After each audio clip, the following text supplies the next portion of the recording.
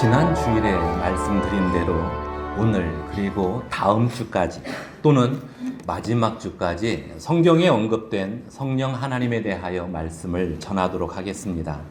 오늘은 먼저 삼위일체 하나님에 대하여 말씀드리고 그 후에 본문을 보도록 하겠습니다. 성부 하나님, 성자 하나님, 그리고 성령 하나님을 가리켜 삼위일체 하나님이라고 표현합니다. 이 부분이 이해하기도 어렵고 설명하기도 매우 어려운 부분이긴 하지만 이번 기회에 한번 설명해 보겠습니다. 잠시 질문을 하겠습니다. 속으로 답해 주십시오. 하나님은 몇 분이십니까?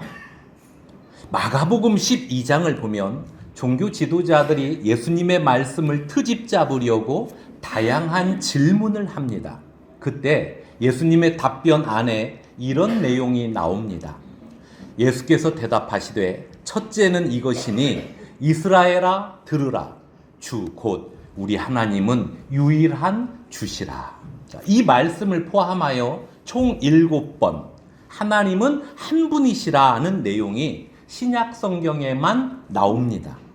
하나님은 한 분이시라며 예수님께서 친히 말씀하셨고 바울 사도와 야고보 사도 또한 하나님은 한 분이시라는 내용을 언급했습니다. 하나님은 한 분이시라. 이 내용이 성경에 분명하게 나오는데 그렇다면 예수님과 성령님은 누구시지? 사람들에게 이 질문이 생겼습니다. 이 질문에 대하여 이단 여호와의 증인은 이러한 답변을 가지고 있습니다. 성경에 삼위일체라는 표현이 나오느냐? 성경 처음부터 끝까지 다 읽어보라. 삼위일체라는 표현이 나오지 않는다. 그러므로 성경에 나오지 않는 삼위일체를 가지고 고민할 필요가 없다. 성경에 표현된 내용처럼 하나님은 한 분이시다. 즉 예수님과 성령님은 하나님이 아니다. 그렇기 때문에 우리는 오직 여호와 하나님만 믿는다. 그 여호와만 전하리라. 그래서 그들이 여호와의 증인입니다. 그런데 그들이 예수님을 하나님으로 인정하지 않고 보니 예수님을 구세주로도 믿을 수 없게 되었습니다. 이에 그들은 구원을 얻기 위한 수단으로서 전도를 내세웠습니다. 전도를 많이 한 순서대로 14만 4천 명까지는 하늘에서 살게 되고 나머지는 지상에서 낙원을 이루며 살게 된다는 것이 그들의 주장입니다. 이와 다르게 이단 하나님의 교회는 어머니 하나님을 만들어냈습니다. 성부 하나님도 있고 성자 하나님도 있으니 그렇다면 어머니 하나님도 있어야 하는 것 아니냐, 이런 주장을 합니다. 실제로 그들은 어머니 하나님을 섬기고 있습니다. 하나님의 교회를 만든 교주 안상홍의 부인 장길자 씨를 어머니 하나님으로 여기고 있습니다. 본래는 교주 안상홍을 하나님으로 여기며 섬겼는데 안상홍이 갑자기 죽자 자신들의 집단을 유지하기 위해 급조해서 만든 교리가 어머니 하나님입니다. 안상홍이 살아있을 땐 어머니 하나님이란 명칭조차 없었는데 안상홍이 아버지 하나님이었으니 그의 부인 장길자는 당연히 어머니 하나님이 맞다면서 지금은 장길자 씨를 어머니 하나님으로 섬기고 있습니다.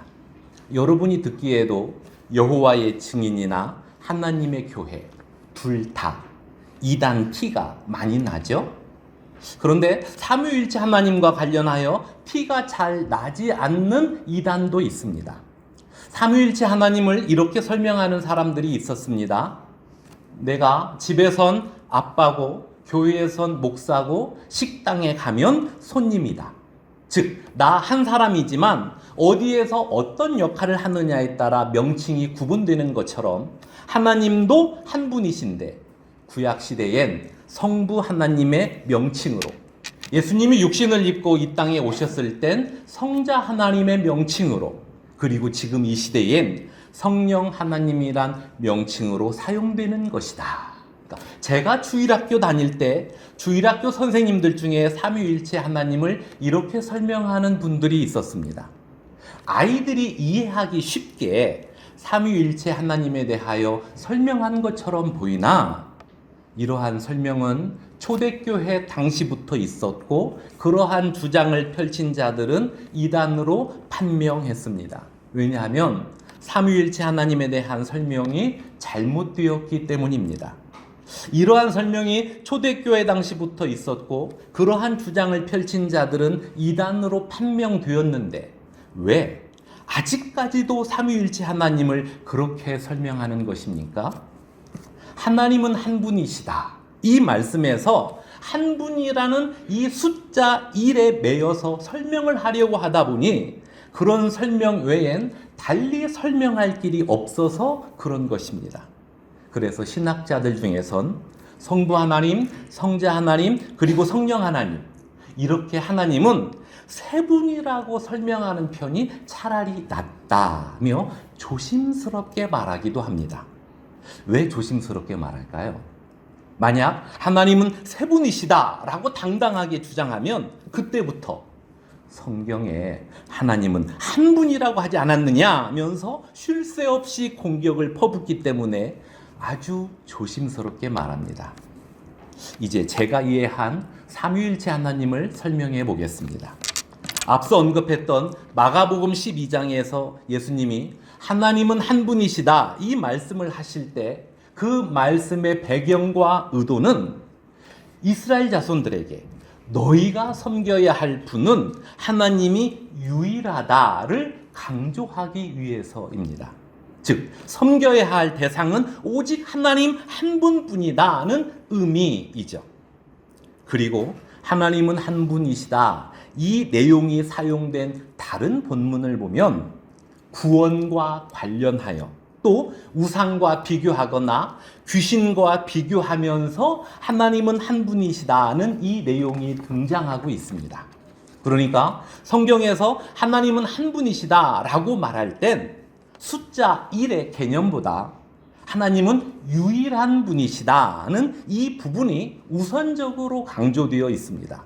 우리가 섬겨야 할 유일한 분이시요 구원을 베푸시는 유일한 분이시며 다른 우상이나 귀신과 달리 그분만 하나님이시라. 이 내용을 강조하기 위해서 하나님은 한 분이시다라고 설명한 것입니다.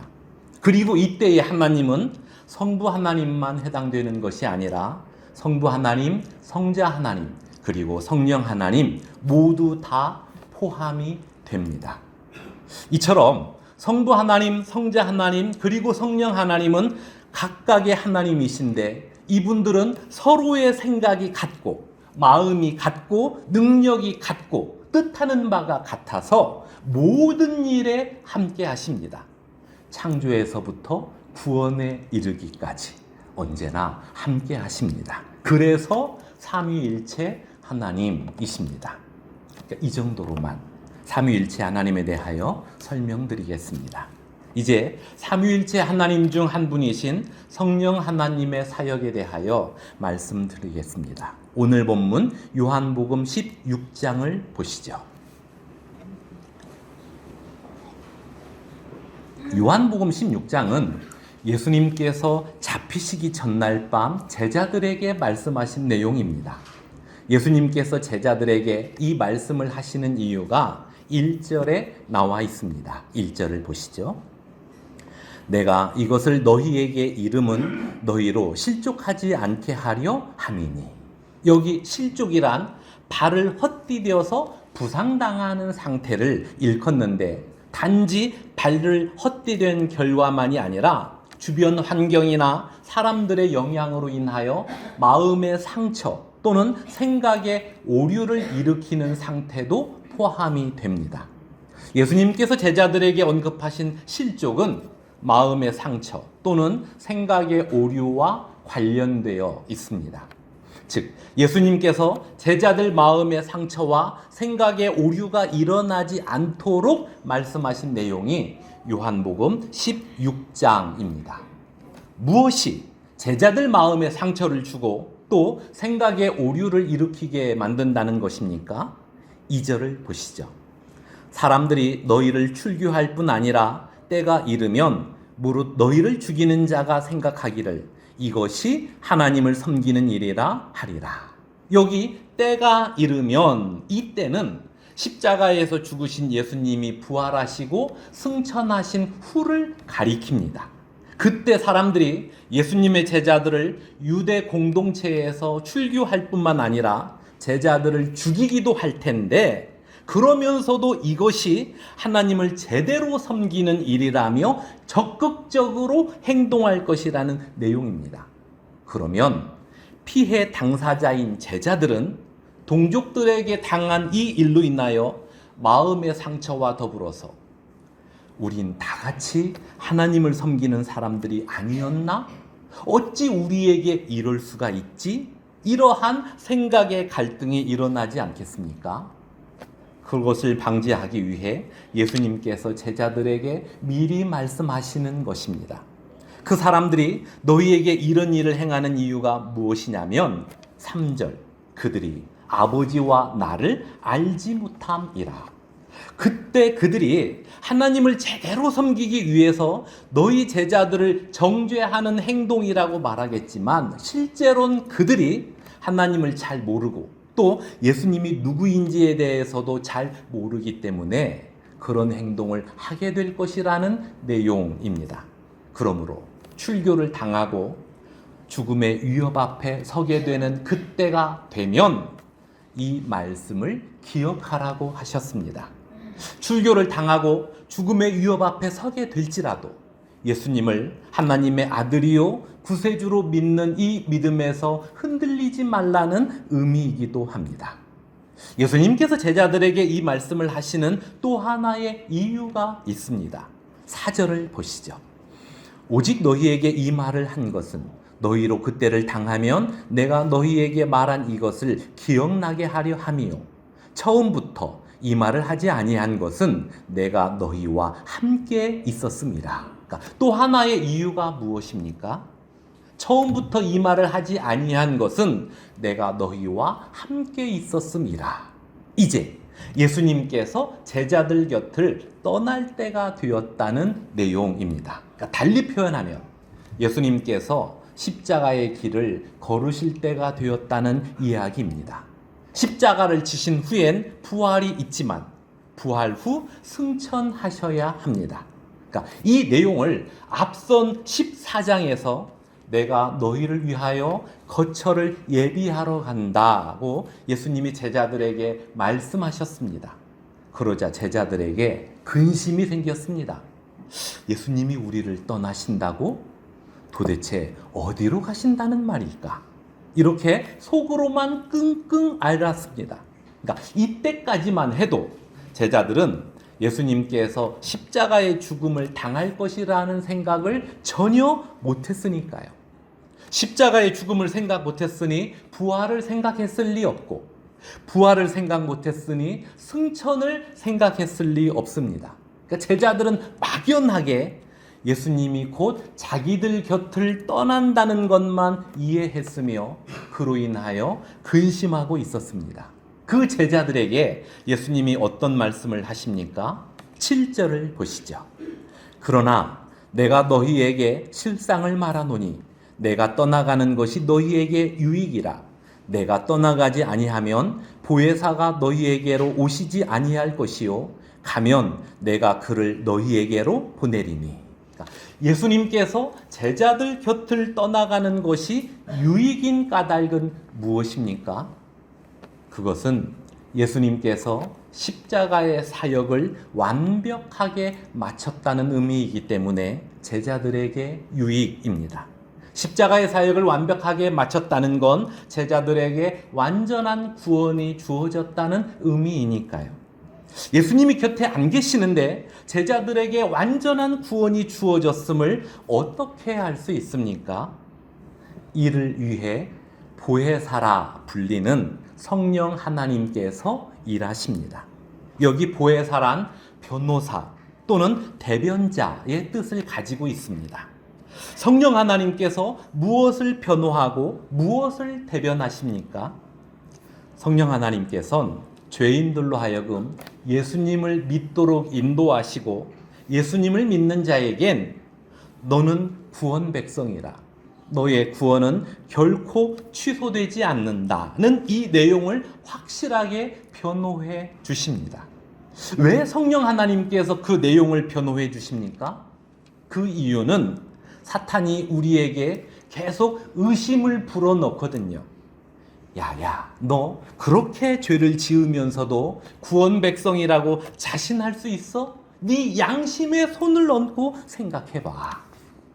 이런 의심이 찾아올 때 성령 하나님께서 우리의 변호사로서 대변해 주십니다. 바로 너의 그 죄를 위해 예수님이 십자가에서 네 대신 형벌 받은 것이란다. 네가 구원 백성 된 것은 너의 행위가 깨끗하기 때문이 아니라 예수 그리스도께서 네 대신 형벌을 받았기 때문이란다.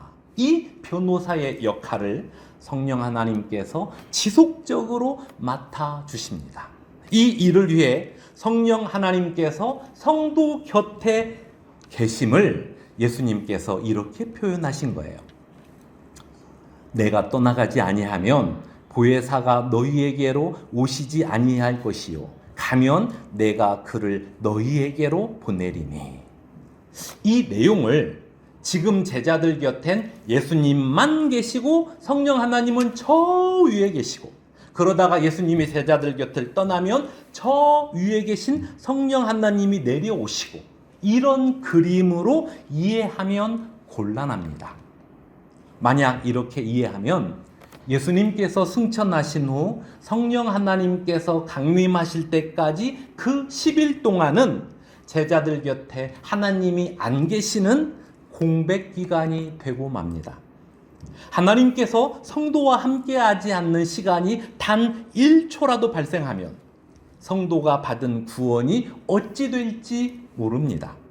그러므로 예수님께서 말씀하신 이 내용은 지금 제자들 곁엔 예수님만 계시고 성령 하나님은 저 위에 계시고, 그러다가 예수님이 제자들 곁을 떠나면 저 위에 계시는 성령 하나님이 내려오신다는 말이 아니라, 예수님이 제자들 곁을 떠난다는 건 십자가의 사역을 완벽하게 마쳤다는 의미이고, 이 사실을 증거하기 위해 보혜사라 불리는 성령 하나님께서 일하실 것이라는 의미입니다.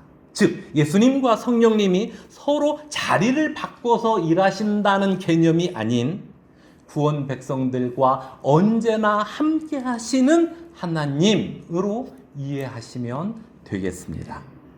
그렇다면 하나님께서는 구원 백성들만을 위해서 일하실까요?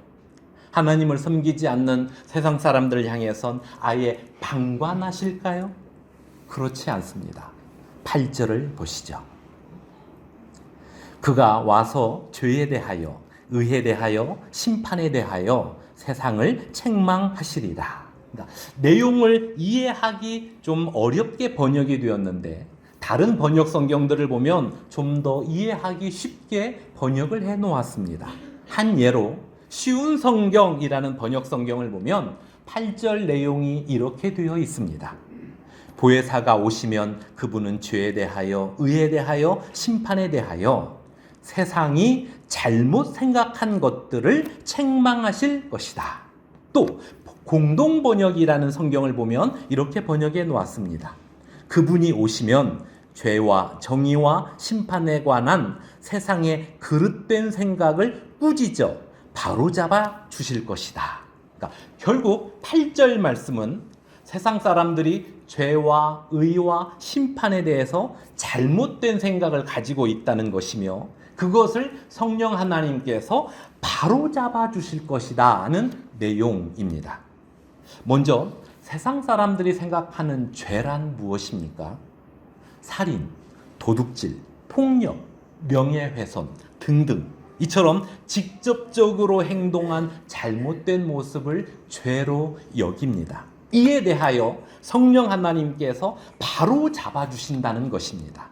그렇다면 성령 하나님께서 말씀하시는 죄란 무엇입니까? 9절을 보시죠. 죄에 대하여라 함은 그들이 나를 믿지 아니함이요. 즉 성령 하나님께서는 예수님을 믿지 않는 것이 죄라고 바로 잡아 주십니다. 그러니까 죄에 대한 개념이 완전히 다르죠. 또 세상 사람들이 생각하는 의란 무엇입니까? 구제, 봉사, 정직 등등 이처럼 타인을 위해 또는 타인 앞에서 바르게 행동한 모습을 의로 여깁니다.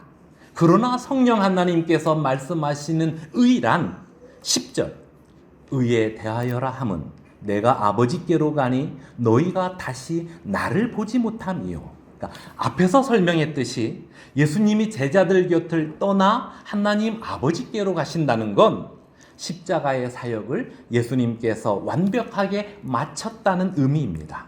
바로 이 십자가의 사역을 완벽하게 마치신 예수님 그분이 곧 의라고 바로 잡아주신다는 것입니다. 사람들의 선한 행동이 의가 아닌 죄인들을 위해 십자가에서 죽으신 예수님 그분이 의입니다. 그래서 구원은 사람의 선한 행실로 말미암지 않고 십자가에서 죽으신 예수님을 믿을 때 주어집니다. 또 세상 사람들이 생각하는 심판이란 무엇입니까? 살인, 도둑질, 폭력, 명예훼손 등등 이러한 죄를 지은 자들에게 그 결과로 주어지는 것이라고 여깁니다. 그러나 성령 하나님께서 말씀하시는 심판이란 11절을 보시죠. 심판에 대하여라 함은 이 세상 임금이 심판을 받았습니다. 예수님의 십자가를 약간 다른 각도에서 다시 설명해 본다면 예수님은 우리가 마땅히 받아야 할 죄의 형벌로부터 우리를 구원하기 위해 십자가에서 우리 대신 형벌을 받으셨습니다. 그리고 그것이 사실임을 부활로서 증명해 주셨습니다. 예수님의 부활은 십자가의 의미를 증명하는 선포임과 동시에 죽음의 권세자요 이 세상 임금인 사단의 권세가 박탈됐으며 그것은 예수님께서 사단을 심판하셨다는 의미입니다. 그래서 현재 사탄은 우리의 갇힌 호랑이와 같습니다. 성도는 밖에서 우리의 갇힌 사단을 구경하는 입장이고요. 그러니까 아빠 손을 잡고 동물원에 간 아이가 우리의 갇힌 호랑이를 보고 있는데 그때 호랑이가 어흥 하며 날카로운 발톱을 휘젓습니다. 아이는 그 모습에 놀라지만 아이 손을 잡고 있던 아빠가 어떤 말을 해줍니까? 무서워하지 않아도 돼. 호랑이는 지금 갇혀 있어서 못 나와. 너를 절대로 해치지 못해. 그러니까 예수님을 믿는다는 건 바로 이 상황인 것입니다. 이 세상 임금이 심판을 받았음이라. 그러니까 이미 심판을 받았음이라입니다. 그러니까 사단의 권세로부터 해방된 신분이요 동시에 하나님의 자녀가 된 것입니다. 이처럼 예수님을 믿는다는 건 별것 아닌 게 아닌 매우 특별한 은혜를 입은 것입니다.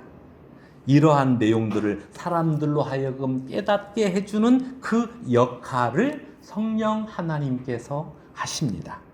죄와 의와 심판에 대하여 바르게 깨닫도록 인도해 주시는데 이 내용의 공통 분모가 무엇입니까?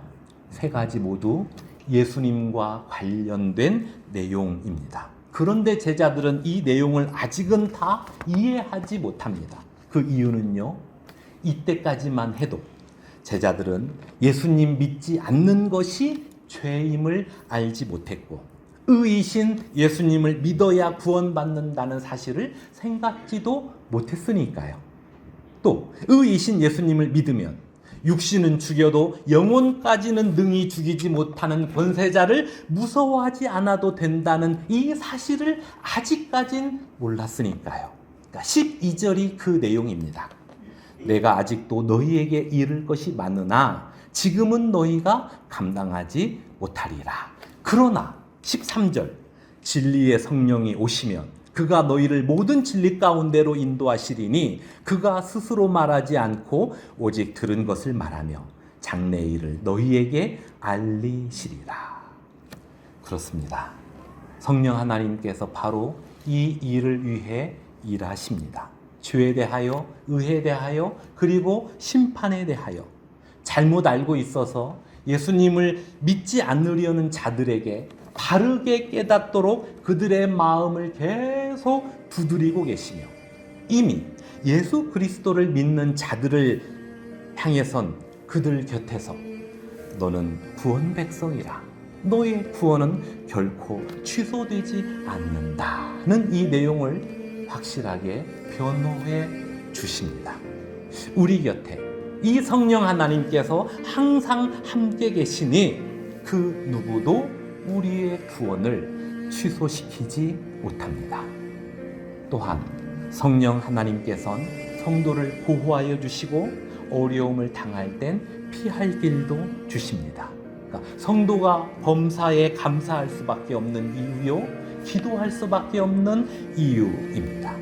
이 외에도 성령 하나님께서는 성도에게 은사를 주사 그 은사로 섬김의 삶을 살아갈 수 있도록 이끌어 주시고 성령 안에서 열매를 맺게 하는 일도 하시는데, 이 내용을 다음 시간에 다루도록 하겠습니다. 기도하겠습니다. 우리 또한 죄에 대하여, 의에 대하여, 그리고 심판에 대하여 잘 알지 못했던 죄인이었는데 그러한 우리에게 다가오사 구원의 손길을 내밀어 주신 하나님, 그 은혜와 사랑에 감사를 드립니다. 우리가 이 은혜와 사랑을 받은 성도이오니 삶을 살아갈 때 하나님의 자녀다운 모습으로 말하고 행동하도록 힘쓰겠습니다. 또한 범사에 감사하며 매 순간마다 하나님을 의지하겠습니다. 이 다짐이 삶에서 실천으로 나타나길 원하옵고 예수님의